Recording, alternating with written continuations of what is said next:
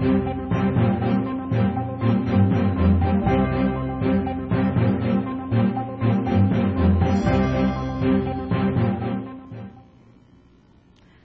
pessoal, tudo bem?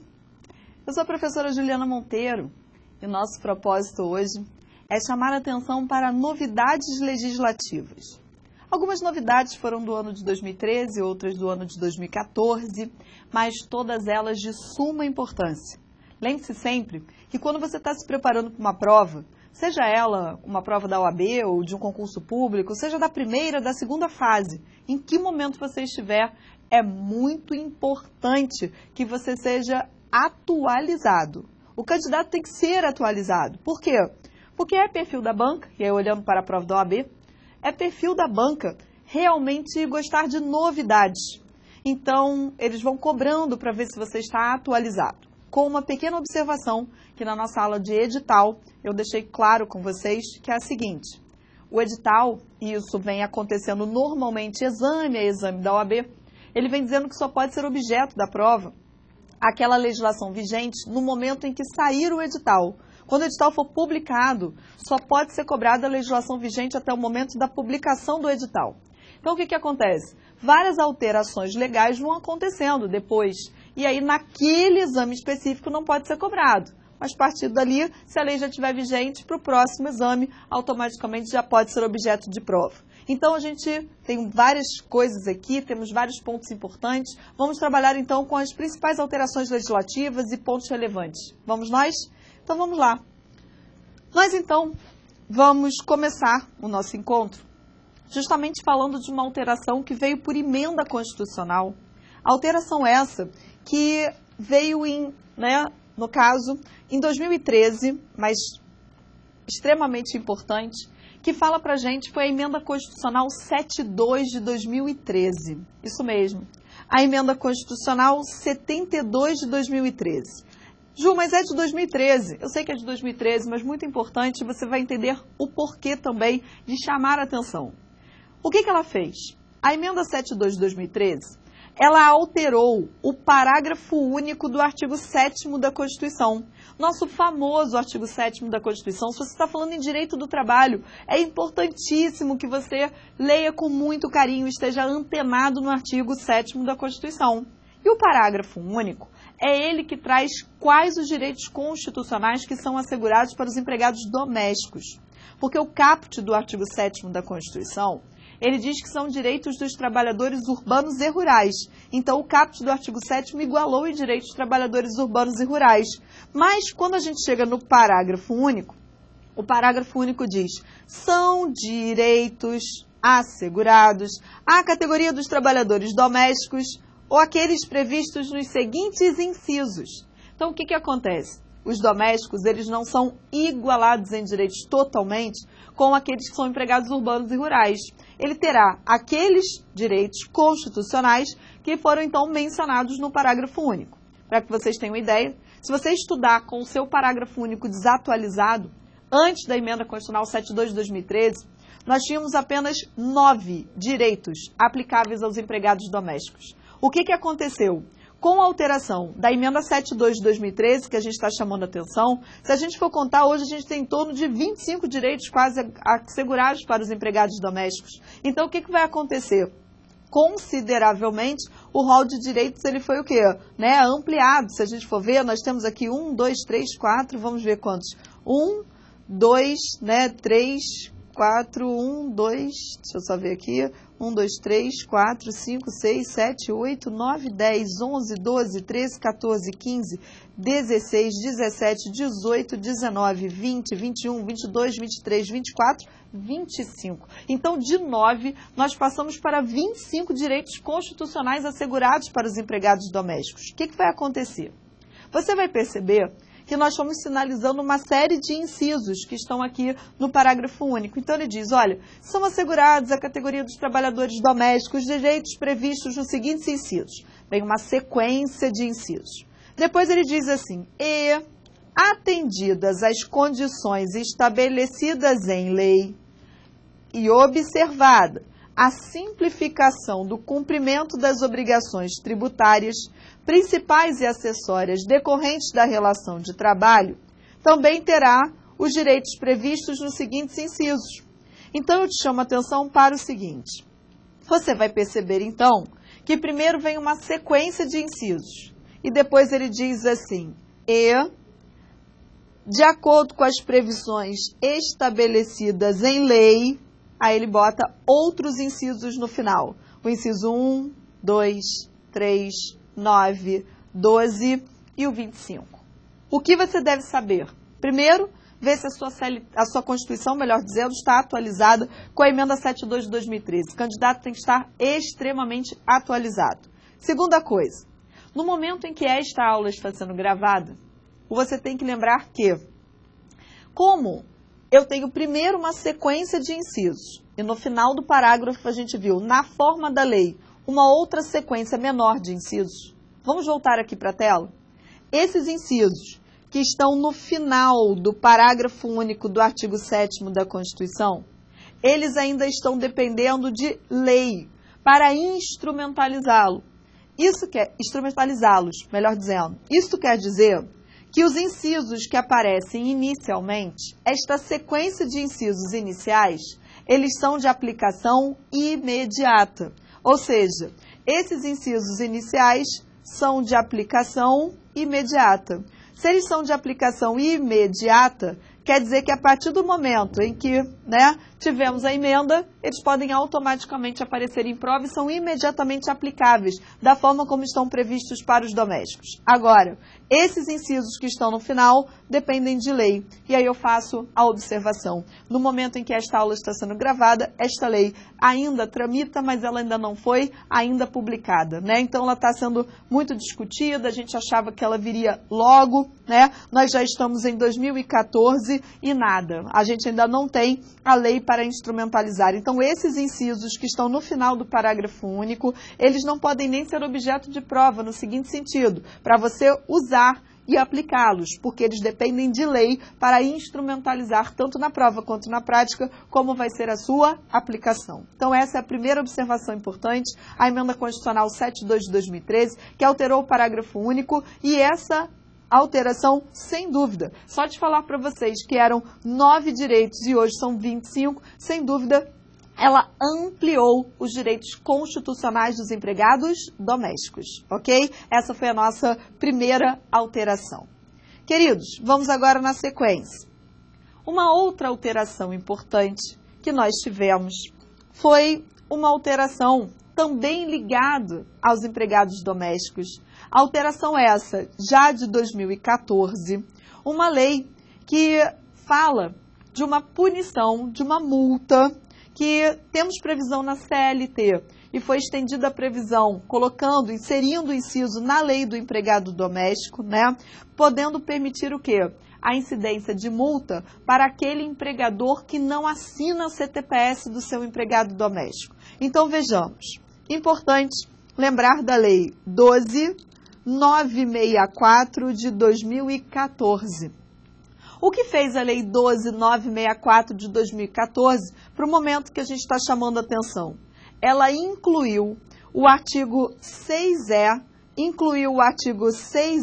ou 6E, como você pronuncia, não vai fazer a diferença aqui, incluiu o artigo 6E na Lei 5859 de 72, ok? A Lei 5859 de 72 é, de fato, a lei dos empregados domésticos. Domésticos não são regidos pela CLT, tem lei própria, Lei 5859 de 72, que em abril, essa legislação ela é de abril de 2014, mas a própria lei trazia um prazo de vacatio legis, dizendo que ela ia demorar um pouquinho para aplicar, então ela na verdade é de abril, maio, junho, julho, ela trazia uma previsão, e a partir de julho ela passou efetivamente a ser aplicada, mas eu digo a vocês, é importante você saber, hoje a lei do doméstico ela possui o artigo 6E. Então vamos ao artigo 6E, está transcrito na tela, vamos acompanhar, vamos nos atualizar. O que diz hoje o artigo 6E da Lei 5859 de 72 para os empregados domésticos? Diz assim: as multas e os valores fixados para as infrações previstas na CLT aplicam-se no que couber às infrações né, do disposto nesta lei. Porque a CLT não se aplica ao doméstico, a não ser que a própria lei autorize a aplicação. E o artigo 6E veio dizendo isso. Olha, aquelas multas, né, aquelas penalidades previstas na CLT vão se aplicar aos empregados domésticos no que couber. Parágrafo 1º do artigo 6E. A gravidade, ela será aferida considerando-se o tempo de serviço do empregado, a idade, o número de empregados e o tipo da infração. Parágrafo 2º. A multa pela falta de anotação da data de admissão e da remuneração do empregado doméstico na carteira de trabalho e previdência social será elevada em pelo menos 100%. Parágrafo 3º.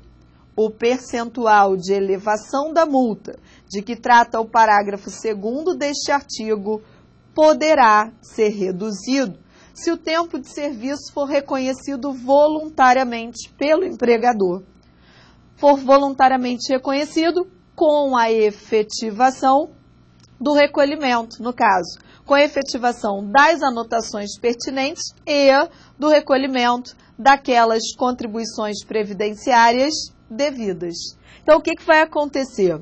Se automaticamente ele reconhecer voluntariamente, ele empregador, anotar a CTPS, recolher as contribuições previdenciárias, pode ser que este percentual da multa ele seja o quê? Reduzido. Então, a multa, este percentual da multa pode ser reduzido, né? Ele fala do percentual lá de 100%, pode ser reduzido se for reconhecido voluntariamente pelo empregador o tempo, ele fizer as anotações lá pertinentes na CTPS e fizer o recolhimento das contribuições. Pois bem, então vejamos. Aí ele está falando do quê? Da multa. A penalidade é a multa pela falta de anotação da data de admissão e da remuneração do empregado doméstico na sua CTPS. Então, essa é uma previsão que a gente já tem na CLT há muito tempo. Houve a autorização pela Lei 12.964 de 2014, ok? Que incluiu o artigo 6E na 585972 e permitiu a aplicação desta multa por não assinatura da CTPS na forma do disposto na lei e usando também as previsões no que couber lá da CLT, ok? Então, essa foi uma alteração legislativa de 2014, ficando atento, a alteração, de fato, a lei veio em abril, entrou em vigor, né, algum tempo depois, mas já vigente e já aplicável, né, perfeitamente. A gente então falou do artigo 6E da Lei 5859 de 72. Pois bem, então vamos continuar aqui. Nosso objetivo então é chamar a atenção para novidades legislativas. Vamos para a próxima novidade legislativa. Meus amigos, a próxima novidade legislativa ela está ligada à estabilidade da gestante, ok? Essa estabilidade, o tema estabilidade já é um tema super importante para a prova da OAB, tanto na primeira fase quanto na segunda fase. E as estabilidades que possuem um embasamento constitucional, e a estabilidade da gestante é uma delas, dirigente sindical, CIPA, gestante, são estabilidades que têm um amparo constitucional e elas costumam cair muito em prova. Então, vamos ver o que a gente tem de importante ligado à estabilidade da gestante. Vamos lá? Primeira coisa, quando você pensar em estabilidade da gestante, você pode estar se perguntando agora, qual é o prazo mesmo da estabilidade da gestante? Este prazo está lá no ADCT. A própria previsão que nós vamos estudar fala da estabilidade da gestante e fala a previsão do ADCT. Ela está prevista na linha B de bola do inciso 2 do artigo 10 do ADCT. Então, artigo 10 e inciso 2, a linha B de bola do ADCT. O artigo 10, no seu inciso 2, artigo 10, inciso 2, a linha B de bola do ADCT, ato das disposições constitucionais transitórias, vai dizer, então, que o prazo da estabilidade da gestante vai desde a confirmação da gravidez, desde a confirmação da gravidez até 5 meses após o parto. Desde a confirmação da gravidez até 5 meses após o parto. Então, qual o lapso temporal da estabilidade da gestante que nós temos? Desde a confirmação da gravidez até 5 meses após o parto. E essa estabilidade da gestante está consagrada, então, no ADCT. Artigo 10, inciso 2, a linha B de bola do ADCT. Vamos só aproveitar um momento? Se ela for uma empregada doméstica e ela ficar grávida, ela também tem assegurada a estabilidade da gestante? Também. Só que lembra que a gente comentou sobre o doméstico agora há pouco? E eu falei para vocês que a CLT não se aplica como um todo ao doméstico. O doméstico tem lei própria, regulamento próprio. Falamos da lei do doméstico, dos direitos constitucionais no artigo 7º. Pois bem, então se você precisar fundamentar a estabilidade da doméstica gestante, vá até a Lei 5859 de 72. É o artigo 4A da Lei 5859 de 72 que traz a estabilidade da doméstica gestante. Vamos anotar? Porque aí depois você confere com calma, ok? Então vejamos, se por acaso ela for doméstica, se você precisar fundamentar a estabilidade da empregada doméstica, você vai usar o artigo 4A da Lei 5859 de 72. Lá na Lei do Doméstico, artigo 4A da 5859 de 72. Ju, é o mesmo prazo? É o mesmo prazo, ok? Vai desde a confirmação da gravidez até 5 meses após o parto. Então vejamos, em 2013, a CLT, ela foi alterada. Foi alterada em 2013, embora de 2013, extremamente importante a alteração. Em 2013, não sei se você sabe, mas a CLT ganhou o artigo 391A da CLT. Nesse artigo 391A, vem dizendo então o seguinte: a confirmação do estado de gravidez, advindo no curso do contrato de trabalho, ainda que, ou seja, mesmo que, durante o prazo do aviso prévio, trabalhado ou indenizado, garante a estabilidade da gestante, prevista na linha B de bola do inciso 2 do artigo 10 do ADCT. Isto quer dizer, a estabilidade da gestante não vai desde a confirmação da gravidez? Então, imagine que apareça uma situação em prova que a confirmação da gravidez se deu exatamente no lapso temporal do aviso prévio. Quando confirmou a gravidez, ela estava no aviso prévio. O aviso prévio, ele pode ser um aviso prévio trabalhado, o aviso prévio, ele pode ser indenizado. Tanto faz, meus amigos, se o aviso prévio trabalhado ou indenizado, tanto faz. Se ela ficar grávida no lapso temporal do aviso prévio, artigo 391A da CLT, ela é detentora, sim, da estabilidade da gestante. Então, a estabilidade da gestante, lembre-se, então, do artigo 391A da CLT. Se a estabilidade, então, melhor dizendo, se a confirmação da gravidez se der no lapso temporal do aviso prévio, tanto faz se o aviso prévio é trabalhado ou indenizado, ela é detentora da estabilidade da gestante. Já era o posicionamento majoritário na jurisprudência, embora não houvesse súmula nesse sentido, já era o posicionamento doutrinário, jurisprudencial majoritário, e a partir de 2013 foi consagrado e foi inserido o artigo 391A da CLT, ok? Fique atento para ele, é um artigo importante. Vamos na sequência.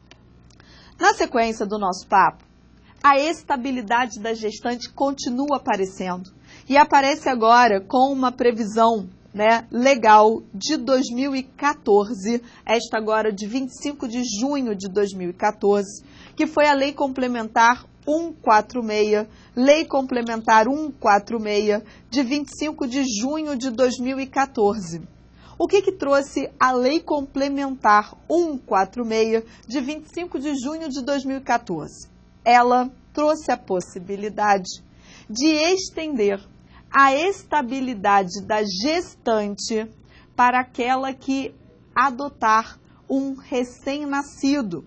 Quando a mãe falece e automaticamente o recém-nascido ele é adotado. Aquele recém-nascido órfão, ok? A mãe faleceu, o recém-nascido ficou órfão e a pessoa adotou o recém-nascido órfão. A lei garante para aquele que adotar o recém-nascido órfão a estabilidade da gestante. Novidade da novidade, estendendo a possibilidade da estabilidade para a mãe adotiva de recém-nascido órfão. Vamos juntos, vamos lá para a lei complementar 146 de 25 de junho de 2014. Na tela vamos acompanhando. Diz então o seguinte: ela estende, vamos lá, ela estende a estabilidade provisória prevista na linha B do inciso 2 do artigo 10 do ADCT à trabalhadora gestante, nos casos de morte desta, a quem detiver a guarda de seu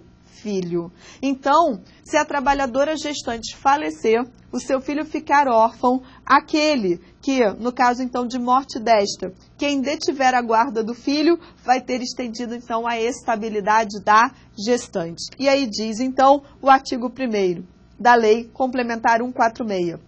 O direito prescrito na linha B, inciso 2, do artigo 10 do ADCT, ato das disposições constitucionais transitórias, nos casos em que ocorrer o falecimento da genitora, será assegurado a quem detiver a guarda de seu filho. Então, esta é uma grande inovação. Ela não é a mãe biológica, mas foi estendida a estabilidade da gestante para aquela que adotar o recém-nascido órfão. A genitora faleceu, a pessoa adotou o recém-nascido órfão, vai ser garantido então para ela, a partir da Lei Complementar 146 de 25 de junho de 2014, a estabilidade da gestante. Aquela, desde a confirmação da gravidez até 5 meses após o parto. E aí você vai usar, né, ali a ideia, você vai usar a estabilidade que era da mãe genitora, passa então para a mãe adotiva. Você fala, Ju, mas não vai ter parto. Peraí, olha então, não era do parto da criança até 5 meses após o parto? A mãe morreu no parto.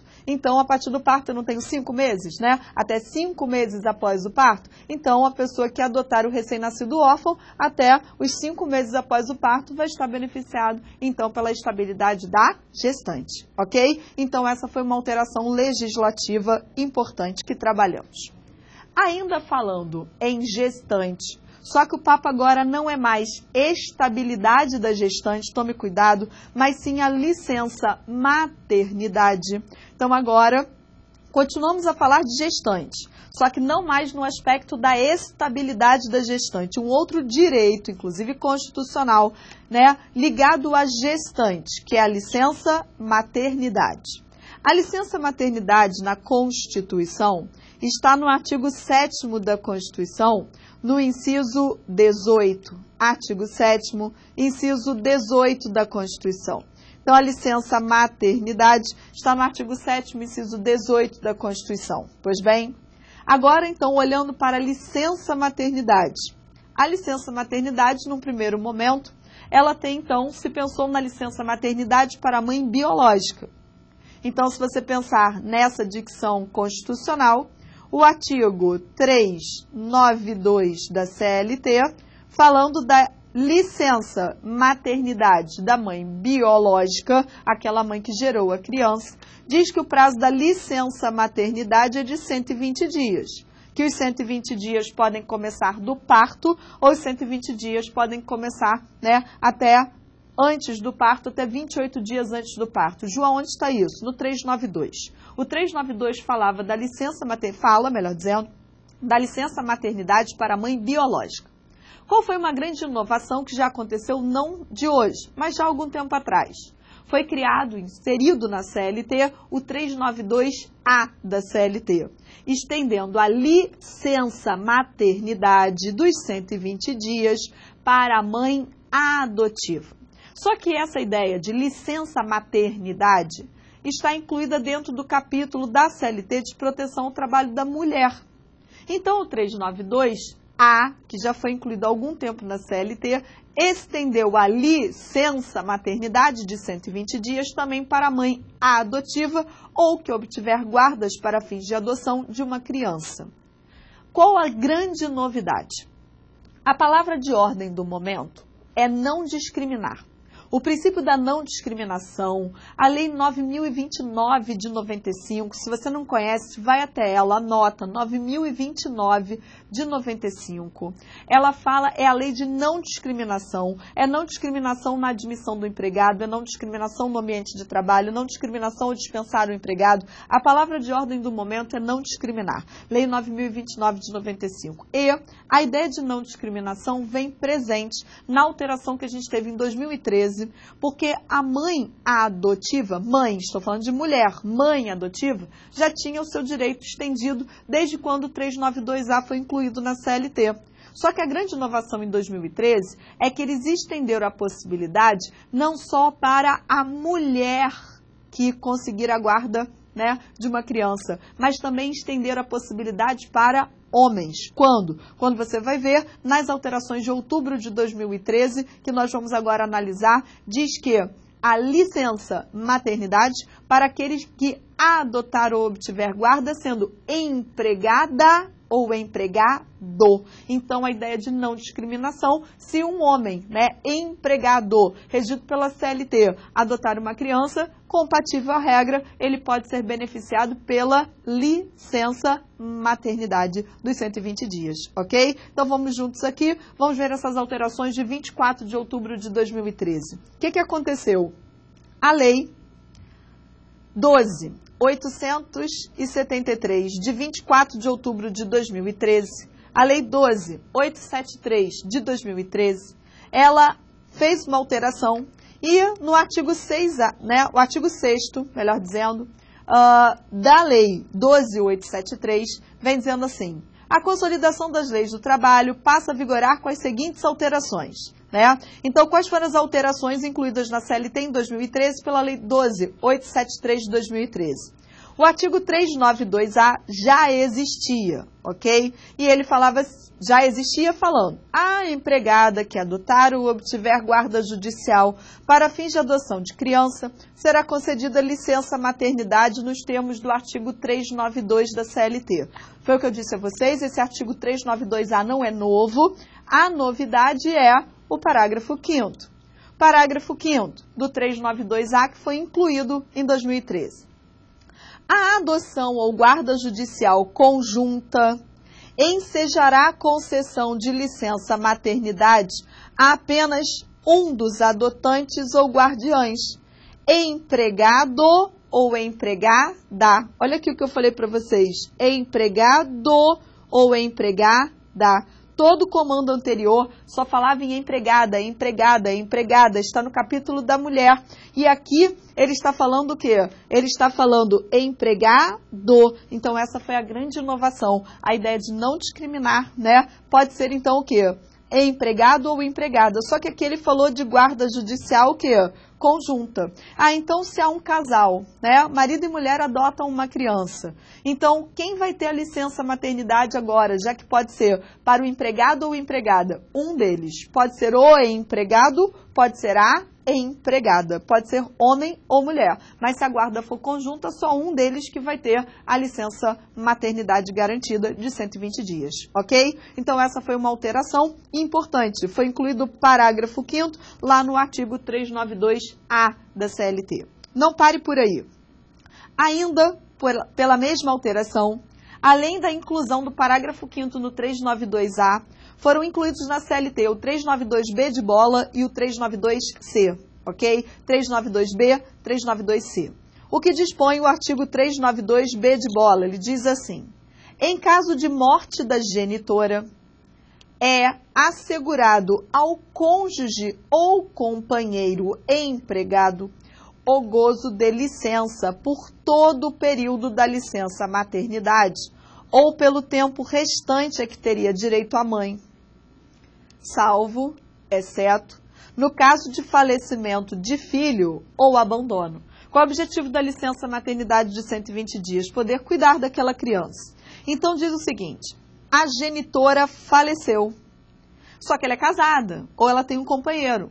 Será que agora, como pode estender para o homem, eu posso ter a licença maternidade que vai então para o marido ou o companheiro? Posso. Então o que vai acontecer? Se a genitora morreu no parto, Vamos imaginar o companheiro ou marido, para cuidar do filho ali, vai ter o quê? 120 dias, a contar do parto. Ele vai ter todo o período. Vamos imaginar que houve o parto. Ela ficou muito mal, a genitora. Ela ficou internada, ficou 20 dias internada e veio a falecer. Não são 120 dias depois do parto? Ela ficou 20 dias internada e faleceu. O que vai acontecer?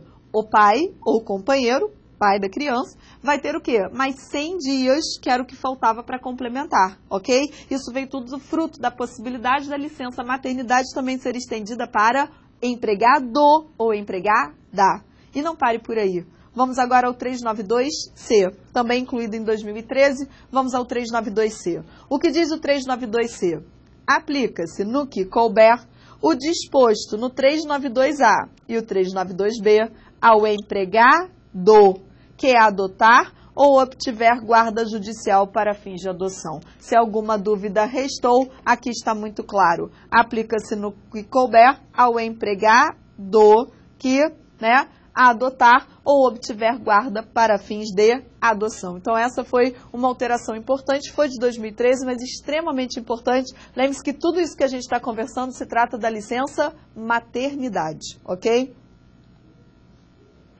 Ju, a licença maternidade, se for para aquele que adotar, o lapso temporal também é de 120 dias? Sim, só tome cuidado como ele traz alguns aspectos. Por exemplo, se houve o falecimento, mas a genitora já chegou a usufruir de alguns dias, aquele que for o pai ou o companheiro, que é pai da criança, vai ter pelo tempo restante. Mas o lapso temporal, tanto faz para a mãe biológica ou adotiva, ou aquele que hoje é empregado ou é empregada, o lapso temporal da licença maternidade é de fato de 120 dias, ok? Então falamos de mais uma alteração importante legislativa, essa de 2013, outubro de 2013, mas extremamente relevante, já que falamos de gestante, falamos da estabilidade da gestante e falamos da licença maternidade, ok?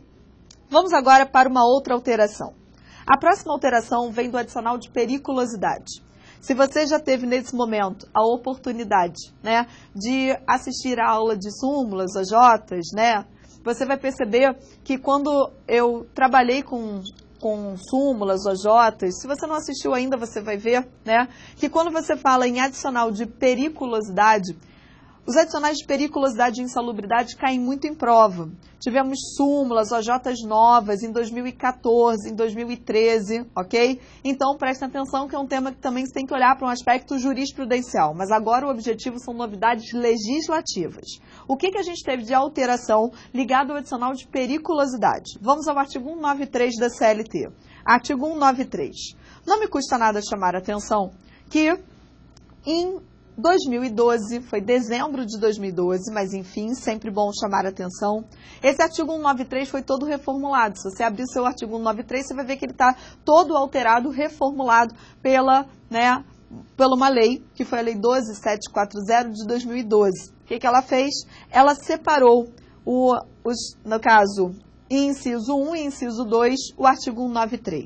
Então, diz o artigo 193, são consideradas atividades ou operações perigosas, na forma da regulamentação aprovada pelo Ministério do Trabalho e Emprego, aquelas que, por sua natureza ou métodos de trabalho, impliquem risco acentuado em virtude de exposição permanente ao trabalhador a. Inciso 1. Inflamáveis, explosivos ou energia elétrica. Então, a gente diz assim, inflamáveis, explosivos e eletricidade. Se o empregado trabalhar com inflamável, explosivo ou eletricidade, tem fato gerador da periculosidade. Foi incluído o item 2, o inciso 2, melhor dizendo, em 2012, que diz que aqueles que trabalham e estão permanentemente expostos a roubos e outras espécies de violência física, nas atividades profissionais de segurança pessoal ou patrimonial, quem trabalha com segurança pessoal ou patrimonial, por estar mais afeto a sofrer com roubos e outras espécies de violência física, passaram a ter, por lei, em 2012, olha o inciso 2 do 193, adicional de periculosidade. Então, olha aí os itens. Inciso 1, inflamável, explosivo, energia elétrica, que é a eletricidade. O 2, roubos e outras espécies de violência física nas atividades de segurança pessoal ou patrimonial. Essa alteração foi de 2012, mas por que eu estou lhe chamando a atenção? Porque quando chegamos em 2014 foi incluído o parágrafo 4º, né? Foi incluído o parágrafo 4º, perdão, foi incluído o parágrafo 4º no artigo 193.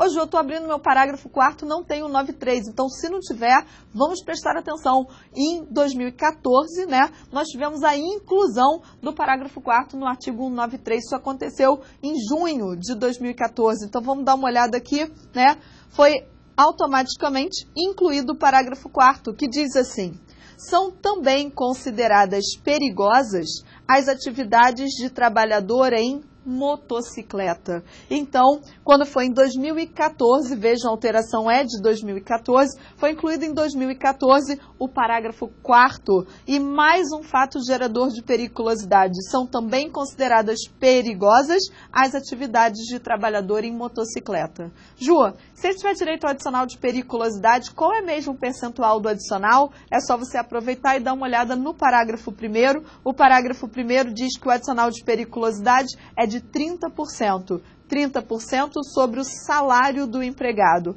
Salário base, meus amigos, sem os acréscimos resultantes de gratificações, prêmios ou participações no lucro da empresa. Então, 30% é o percentual do adicional de periculosidade, sempre fixo, não há variante, e a base de cálculo é o salário base. Então, fiquem atentos, nós tivemos, então, a inclusão do parágrafo 4º aí no artigo, então, 193 da CLT. Feita essa informação, trabalhamos com isso, vamos para outra alteração legislativa. Outra alteração também de 2014, uma alteração de 2 de junho de 2014, né, que foi a portaria 789 de 2014. Nós estamos falando agora do chamado trabalho temporário. Quando você associar a trabalho temporário, você vai lembrar de uma coisa. Nós temos uma lei que instrumentaliza o trabalho temporário, que é a Lei 6.019 de 74. A Lei 6.019 de 74 fala do trabalhador temporário, ok? O que vai acontecer? O trabalho temporário, se você for ao artigo 10 da Lei 6.019 de 74, vai dizer no artigo 10 da 6.019 de 74 que o trabalho temporário pode durar no máximo 3 meses, ok? Em regra, o trabalho de um temporário, um trabalhador temporário regido pela Lei 6.019 de 74, o artigo 10 da 6.019 de 74 diz que, em regra, o trabalho dele dura no máximo 6 meses. Mas o próprio artigo 10 diz assim, ó, salvo se tiver autorização do Ministério do Trabalho e Emprego. Então, o artigo 10 lá da Lei 6.019 de 74 diz que o trabalho do temporário, ele então pode durar no máximo 3 meses, ok, amigos? Agora, diz o próprio artigo, salvo autorização do Ministério do Trabalho e Emprego. É nesse momento, salvo autorização do Ministério do Trabalho e Emprego, que você vai lembrar. Se o Ministério do Trabalho e Emprego autorizar, pode ser que o trabalho do temporário dure mais do que 3 meses. Então, é por isso que nós estamos trabalhando com a portaria 789 de 2 de junho de 2014. Ju, então por quê? Porque se tiver autorização do Ministério do Trabalho, a lei não diz que pode durar mais do que 3 meses? Pode. Então vamos lembrar de uma coisa. Quando você pensar em trabalho temporário, a Lei 6.019 de 74, você tem que ir ao artigo 2º. O artigo 2º da Lei 6.019 de 74 define quem é o trabalhador temporário, ok? Quando o artigo 2º da Lei 6.019 de 74 define quem é o trabalhador temporário, ele fala que o trabalhador temporário, ele é aquele que é contratado mediante, né, a contratação. Ele trabalha para uma empresa de trabalho temporário e essa empresa de trabalho temporário vai prestar o serviço para uma empresa tomadora ou cliente. A empresa só pode contratar o temporário em 2 motivos. Artigo 2º, que são 2 motivos da Lei 6.019 de 74. Para substituir pessoal regular e permanente ou então em caso de acréscimo extraordinário do serviço. Ju, que é substituir pessoal regular e permanente? Você está com um empregado seu que está de férias. Você quer contratar outro para ficar no lugar dele só enquanto ele está de férias. Você pode ligar para uma empresa de serviço temporário e contratar o temporário? Pode. Você tem uma empregada sua que está de licença maternidade. E você precisa, ela vai sair de licença maternidade. Você quer outra pessoa para ficar no lugar dela. Você pode contratar, então, um trabalhador temporário? Pode. Substituição de pessoal regular e permanente. Ou houve um acréscimo extraordinário de serviço e para dar conta daquele serviço, vou precisar só por um tempo contratar mais trabalhadores. Posso contratar trabalhador temporário? Posso. Então, olha lá. Quanto tempo diz o artigo 10 da 6.019 que pode durar a contratação de um temporário? Pode durar até 3 meses, salvo autorização do Ministério do Trabalho e Emprego. Então, você vai gravar assim. Por que a gente está chamando atenção para a portaria 789 de 2014?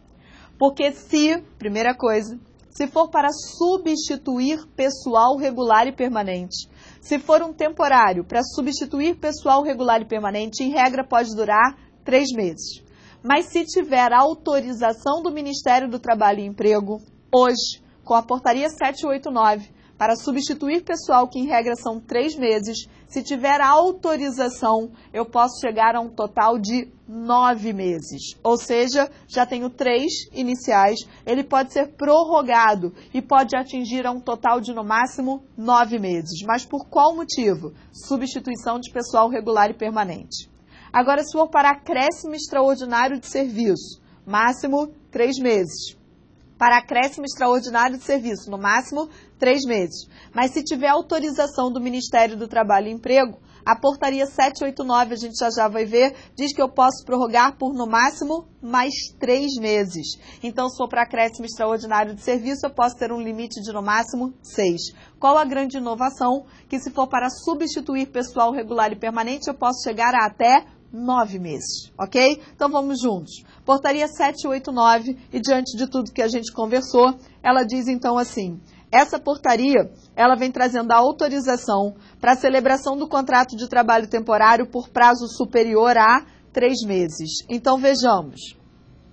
Artigo 2º da portaria 789, ok? Estamos no artigo 2º da portaria 789 do Ministério do Trabalho e Emprego. Diz assim, na hipótese legal de substituição transitória de pessoal regular e permanente, nesta hipótese de contratação, o contrato pode ser pactuado por mais de 3 meses, com relação ao mesmo empregado nas seguintes situações. Então, pode durar mais de 3 meses nas seguintes situações.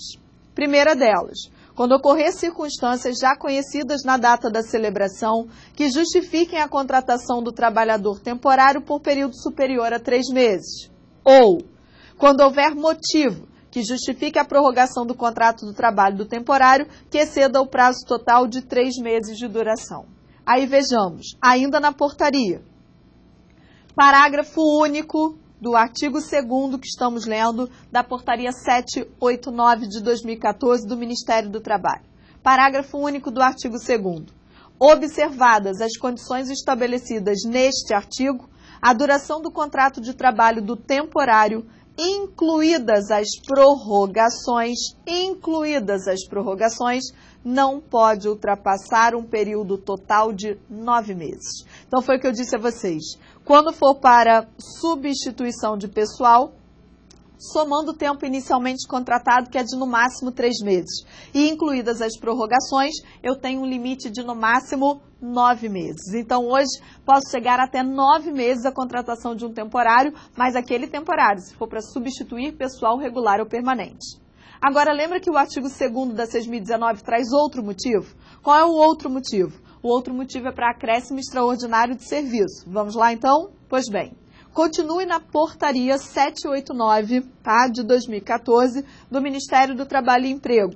Só que agora no artigo 3º da portaria 789, quando ele diz assim, mas se a hipótese legal de temporário for acréscimo extraordinário de serviço, se a hipótese for acréscimo extraordinário de serviço, veja que agora é específica, diz assim, será permitido a prorrogação do contrato de trabalho do temporário. Pode ser permitida a prorrogação por até 3 meses além do prazo previsto no artigo 10 da Lei 6.019. Aí é o que eu digo a vocês.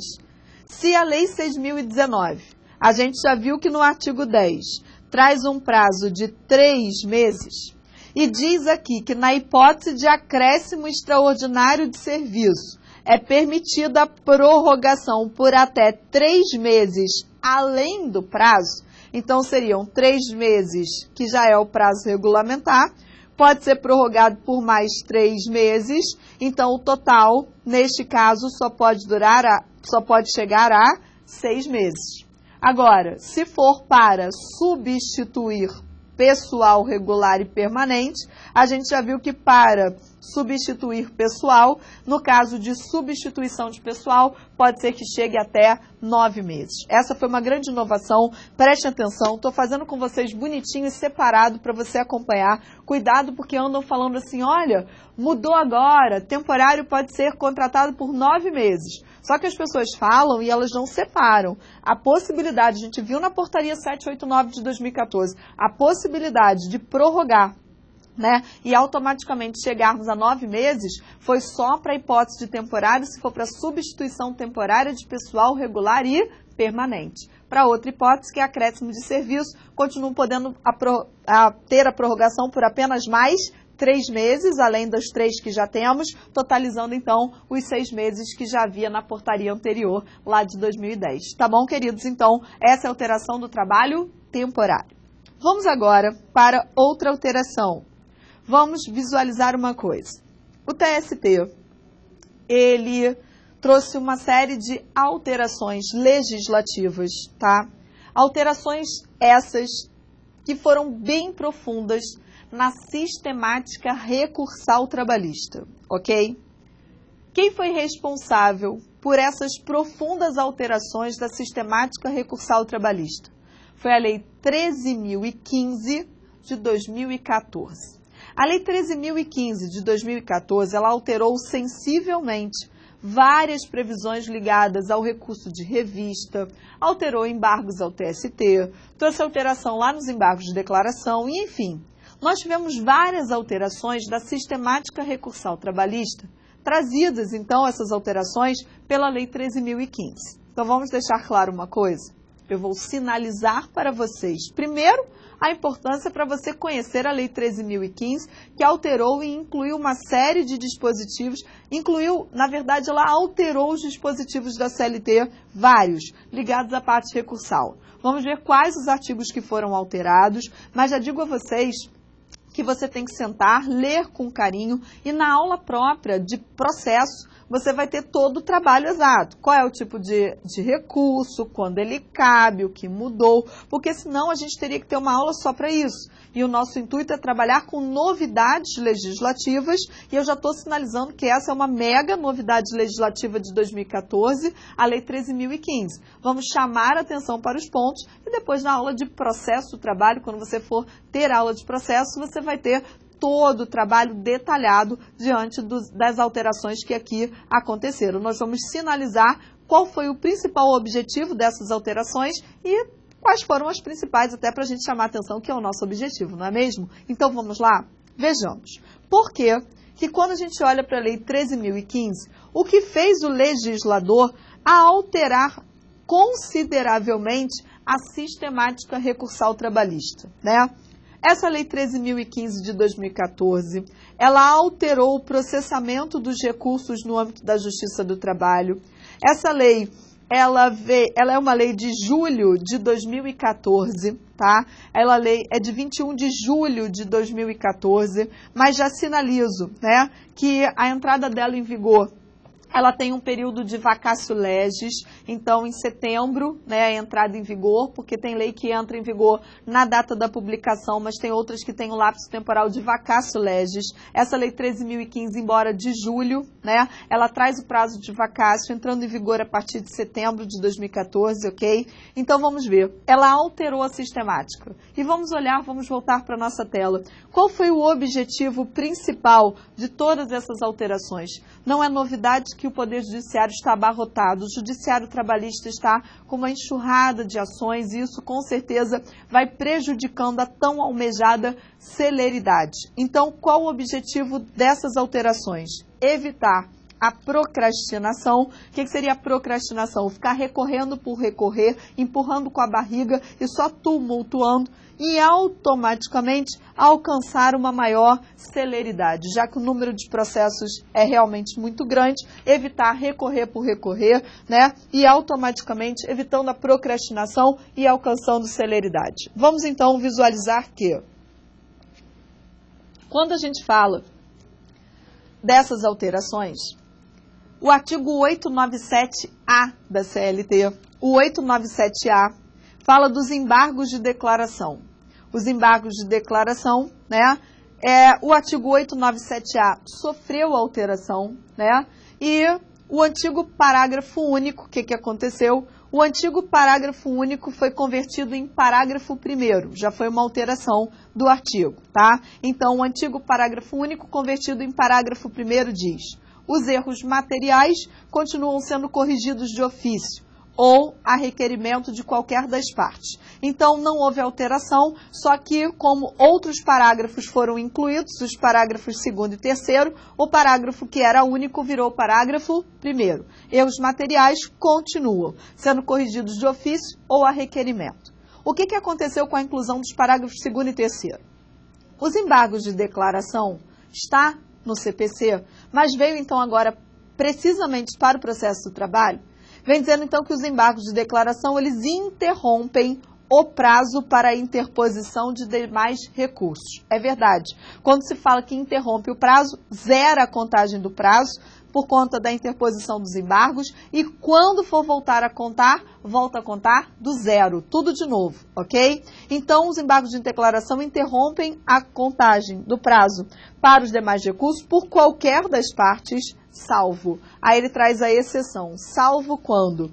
Salvo quando os embargos forem intempestivos, for irregular a representação da parte ou então ausente a sua assinatura. Nessas hipóteses, não há o condão de interromper o prazo para os demais recursos. E uma outra alteração, também com a inclusão dos parágrafos, nos embargos de declaração, eles somente podem ter efeito modificativo, né? Os embargos de declaração somente poderão ter efeito modificativo do julgado na hipótese de vício da decisão embargada, tem que ter um vício na decisão embargada e desde que ouvida a parte contrária no prazo de 5 dias. Então, para dar efeito modificativo, só se a decisão embargada tiver um vício e eu tenho que dar o prazo de 5 dias para a parte contrária se manifestar, ok? Vamos então agora para o recurso de revista.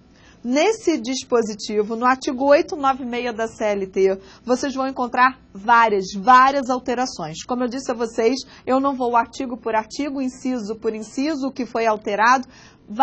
O artigo 896, se você olhar hoje, ele está muito grande, ele tem vários parágrafos, você tem que ler cada um deles, mas vamos olhar quais foram as principais mudanças, ok? O 896 hoje, quais foram os principais aspectos relevantes? Vamos acompanhar? Está estruturado para vocês. Quais foram as principais alterações, então, pela Lei 13.015 no recurso de revista? Ele veio instituindo medidas para acelerar as decisões quanto aos temas que os temas já foram superados pela jurisprudência dos tribunais. O que você vai perceber? Hoje, quando você for olhar a nova redação, né, justamente do artigo 896, os tribunais regionais, hoje os TRTs, eles passam a ser obrigados, a partir da vigência da Lei 13.015, os TRTs, só um minuto aqui, os TRTs hoje, eles passam a ser obrigados a uniformizar a própria jurisprudência. Qual foi o objetivo, né, dos TRTs uniformizarem a jurisprudência? Restringir os recursos para o TST, sem prejuízo do TST continuar responsável pela uniformização da jurisprudência em âmbito nacional. Então, hoje, vocês vão reparar, quando forem ler a nova redação do 896, que os TRTs vão ser obrigados a fazer a uniformização, editar súmulas dos TRTs para, né, minimizar, restringir a quantidade de recursos que vão para o TST. Outra coisa também, vocês vão perceber que cabe ao TST, né, analisar hoje, né, apenas analisar via recurso de revista aquela tese objeto da divergência entre as súmulas dos TRTs, os TRTs não vão ter que fazer súmulas, então vamos lá, entre as súmulas dos TRTs, nos casos que não conflitantes com súmulas ou OJs do TST quanto ao tema. Então hoje, se houver divergência, não tem, aquela divergência não está conflitando com nenhuma súmula ou OJ quanto ao tema. E há divergência entre súmulas do TRT. Eu quero saber a opinião do TST. Não conflita com nenhuma outra súmula ou OJ do Tribunal Superior, né? Mas os TRTs que vão ter que ter a sua jurisprudência e suas próprias súmulas, as súmulas estão divergentes entre os TRTs. Então, o que eu faço? Eu pego a divergência entre os TRTs com as súmulas e levo ao TST para o TST se manifestar via recurso de revista. Com isso, você já viu a importância de súmulas, né, no caso dos TRTs, e como é que vai ficar, então, o recurso de revista hoje com a tentativa de minimizar a quantidade de recursos que vão, de fato, para o TST. Ok, queridos? Essa, então, é uma alteração que vocês vão ver nitidamente. Ainda, no artigo 896, uma outra coisa também importante. Uma outra alteração, você vai perceber que uma coisa que já acontecia no processo civil vai acontecer agora no processo do trabalho, né? Aquela questão dos recursos quando eles são idênticos, você ter o julgamento. Pegou um recurso que já foi julgado e eu tenho outros recursos que são idênticos, a gente já vai fazer logo o quê? Sobrestar os outros recursos que são idênticos àquele que foi ajuizado primeiro, que é aquele recurso ali precursor. E se outros idênticos estão ali também no próprio TST, o que vai acontecer? Sobresta todo o julgamento dos outros, porque se eles são idênticos, eu já julgo e o julgamento vai valer para os demais. Isso já acontece no CPC, já acontece no processo civil e veio também com a ideia de celeridade para o processo do trabalho. Então, vamos dar uma olhada. Uma outra alteração que você vai sentir nitidamente lendo, né, lá na leitura do 896, lendo o 896, você vai ver, passa a ser utilizado na Justiça do Trabalho o sobrestamento dos processos quanto aos recursos repetitivos, que tratam de matéria idêntica, a fim de que todos sejam julgados da mesma forma que o recurso paradigma. Eles chamam de recurso paradigma. O primeiro sobresta todos os demais e aí o julgamento vai ser um só e vai se aplicar para todos eles, aplicando-se, no caso, as previsões já contidas no CPC, lá no processo civil, ok? Uma outra alteração, o artigo 896, você vai ver, eu já chamei a atenção das principais mudanças, você vai ler, mas também o 896 da CLT, já existia o 896A, e foi incluído o artigo 896B de bola, também pela Lei 13.015, o 896A já existia, falando, né, da transcendência, veio o 896B de bola. O que diz o 896B de bola? Aplicam-se ao recurso de revista, no que couber, as normas da Lei 5869, de 11 de janeiro de 73, o CPC, relativas ao julgamento dos recursos extraordinário e especial repetitivos. Então, a ideia dos recursos repetitivos, do sobrestamento dos recursos, veio lá o recurso paradigma. Outros recursos foram apresentados depois, quanto ao mesmo tempo são repetitivos. O julgamento de um passa para os outros. O que garante o 896B de bola? Que eu vou aplicar subsidiariamente as regras do CPC. Ok? Continua. Ainda na 13.015, também foi alterado o artigo 894 da CLT. O 894 fala, né, dos embargos ao TST. Quando falamos dos embargos ao TST, né, ele diz mais precisamente quando chegamos nos embargos de divergência das decisões, né, os embargos ao TST podem ter o caráter da infringência, decisão não unânime, e pode ter a ideia de decisões, no caso, divergentes. Como assim decisões divergentes? Decisões das turmas que divergirem entre si. Então, eu tenho uma turma do TST que está julgando diferente de outra turma do TST. Posso entrar com embargos ao TST para saber o que o TST pensa. Ou então, uma turma do TST está decidindo diferente da seção de dissídios individuais do TST. Então, eu tenho turma, né? Então, se eu tenho uma turma, vou botar aqui melhor para vocês, eu tenho uma turma, no caso, do TST, então eu tenho turma do TST, e eu descobri que tem outra turma do TST que está julgando de forma diferente. Ou então eu tenho uma turma do TST e eu descobri que tem a seção de dissídios individuais, a SDI do TST, que está julgando diferente. Posso embargar ao TST e perguntar ao TST o que ele pensa sobre o tema, ok? Mas não para por aí, vamos lá na inovação. Artigo 894 no seu item 2. Então, ele vai lá no item 2 e diz o seguinte, 894 item 2, quando eu tiver decisões das turmas que divergirem entre si, ou das decisões das turmas que divergirem da seção de dissídios individuais, ou contrárias à súmula, ou contrárias decisões das turmas do TST, a decisão da turma do TST for contrária à súmula ou orientação jurisprudencial do Tribunal Superior do Trabalho, ou, olha a inovação, ou for, no caso, contrária à súmula vinculante do STF. Já tinha ser contrário à súmula do TST ou OJ do TST, então o que vai acontecer? A decisão da turma do TST é uma decisão que é contrária. É contrária ao quê? É contrária a uma OJ do TST, é contrária a uma súmula do TST, isso já existia, e agora o que eles colocaram? Contrária a uma súmula vinculante do STF. Então, quando fala súmula vinculante do STF para fins dos embargos ao TST.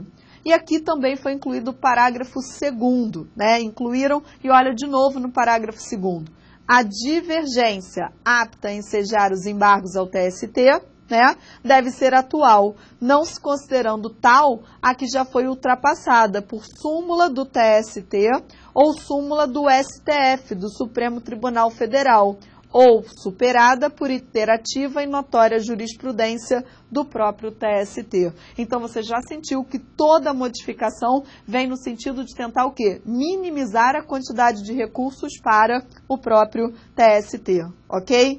Pois bem, ainda foi incluído o parágrafo 3º, diz no próprio 894 que o ministro relator, denegará seguimento aos embargos se a decisão recorrida estiver em consonância com súmula da jurisprudência do TST ou, olha aí de novo, do STF, tudo que envolve STF foi incluído, ou se tiver com base em iterativa, notória e atual jurisprudência do TST, cumprindo, então, no caso, indicá-la, obviamente.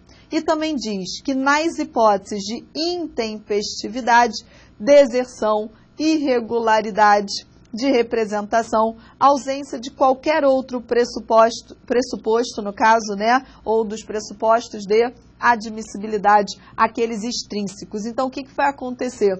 Há dois momentos em que o próprio ministro relator, né, porque eu estou no TST, ele pode denegar seguimento aos embargos. Você veja, tanto nas hipóteses de intempestividade, deserção, irregularidade de representação, ausência de qualquer outro pressuposto, como também quando há uma decisão que estiver logo em consonância com a jurisprudência do TST ou do STF. E dessa decisão denegatória dos embargos, se houver uma decisão denegatória, esta que denega seguimento, cabe agravo. E o agravo cabe no prazo de 8 dias. Dessa decisão cabe agravo no prazo de 8 dias. Então, deram poderes ao ministro relator lá nos embargos e ele já pode monocraticamente, então, ele já pode decidir. Isso tudo para tentar ganhar celeridade. E por fim, queridos, a alteração também que foi, né, trazida pela Lei 13.015 de 2014 foi lá no artigo 899, que fala do depósito recursal.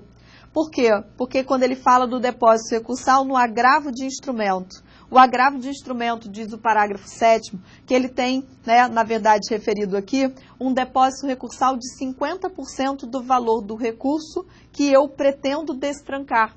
Então, quando você pensar em agravo de instrumento, o 899, no parágrafo 7º, diz: no ato da interposição do agravo de instrumento, tem que fazer um depósito. Qual o montante do depósito? 50% do valor do recurso, aquele recurso que você pretende destrancar, desde que não atingido ainda o montante total da condenação, sempre pensando nisso quando se fala em depósito. Mas o que eu digo a vocês é o seguinte: qual foi a grande novidade trazida pela 13.015 para a gente fechar essa nossa aula aqui de novidades legislativas? O artigo 899 ganhou o seu parágrafo 8º, e ele diz assim: quando o agravo de instrumento tem a finalidade de destrancar recurso de revista, se a finalidade dele é destrancar um recurso de revista que se insurge contra uma decisão que contraria, automaticamente a jurisprudência uniforme do TST, consubstanciada nas suas súmulas ou OJs, não haverá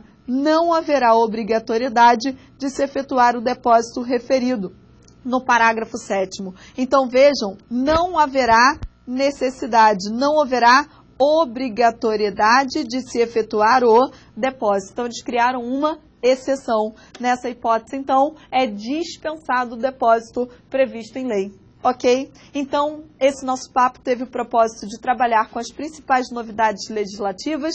Como eu digo a vocês, o candidato tem que estar sempre atualizado. Fique sempre atentos, porque a qualquer momento novas alterações podem, então, surgir. Ok, pessoal? Bons estudos, até a próxima!